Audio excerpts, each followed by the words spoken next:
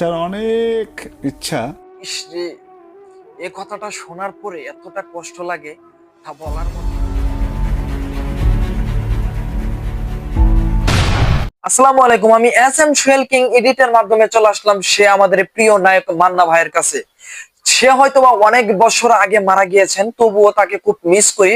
তার স্মৃতির স্মরণে এডিটের মাধ্যমে তার মৃত্যুবরণ করার কিছুদিন আগের ইন্টারভিউ, সেই ইন্টারভিউ আমি এডিটের মাধ্যমে সেখানে উপস্থাপন করার চেষ্টা করতেছি। তো আমরা আর দেরি করব না, এখন এই অনুষ্ঠানটি শুরু করে দিব। আচ্ছা মান্না ভাই, তাহলে কি আমাদের অনুষ্ঠানটি শুরু করে দিব? ওকে, তাহলে আমরা শুরু করে দিই আমাদের অনুষ্ঠানটি। আচ্ছা মান্না ভাই, আপনি এত সুন্দর অভিনয় করার পরেও আপনার অভিনয়ে আপনি নিজেকে কত নাম্বার দিতে চান 10-এর মধ্যে? 0।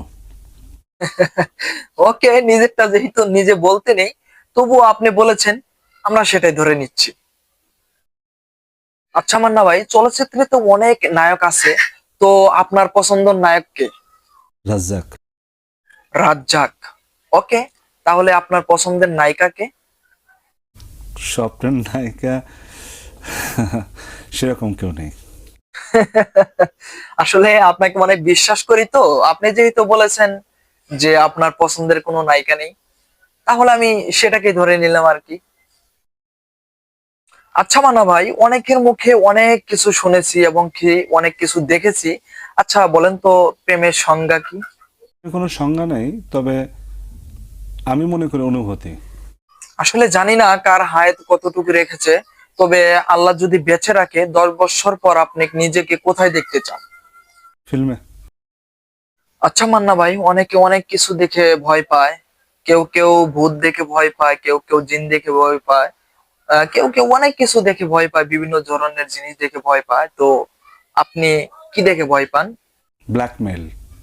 অনেকে অনেক কিছু দেখে ভয় পায়, আপনি ভয় পান ব্ল্যাকম্যানকে। আচ্ছা মান্না ভাই, আপনি কতদিন বাঁচতে চান? বাঁচার অনেক ইচ্ছা। ইস রে, এ কথাটা শোনার পরে এতটা কষ্ট লাগে তা বলার মতো না। হাই রে মান্না ভাই, তুমি কোথায় হারিয়ে গেলে ভাই, তোমাকে খুব মিস করি রে ভাই। আসলে সে যখন বলেছিল বাঁচার অনেক ইচ্ছা, এ কথাটা শোনার পরেই না এতটা কষ্ট লাগে, চোখের পানি ধরে রাখতে পারি না।